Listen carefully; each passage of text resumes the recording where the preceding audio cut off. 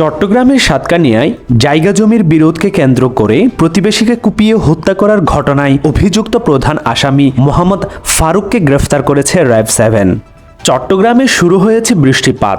সোমবার 6 মে থেকে পরবর্তী 7 দিন সব বিভাগেই ঝড় বৃষ্টি থাকতে পারে, তবে ঝড় বৃষ্টির প্রবণতা পূর্বাংশে বেশি থাকতে পারে। ঝড় বৃষ্টি থাকবে মধ্যাঞ্চলেও, তবে পশ্চিমাংশে বৃষ্টি কিছুটা কম থাকতে পারে বলে জানিয়েছিলেন আবহাওয়া অফিস। রাউজানে মোটরসাইকেল দুর্ঘটনায় মিজান চৌধুরী নামে এক যুবকের মৃত্যু হয়েছে।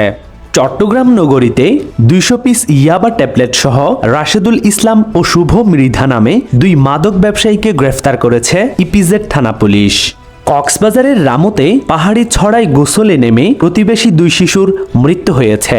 মহেশখালীতে লবণ মাঠের জমি ও চিংড়ি ঘের দখল বেদখলকে কেন্দ্র করে প্রতিপক্ষের হামলায় গুরুতর আহত মোহাম্মদ উসমান নামের এক যুবকের চিকিৎসাধীন অবস্থায় মৃত্যু হয়েছে।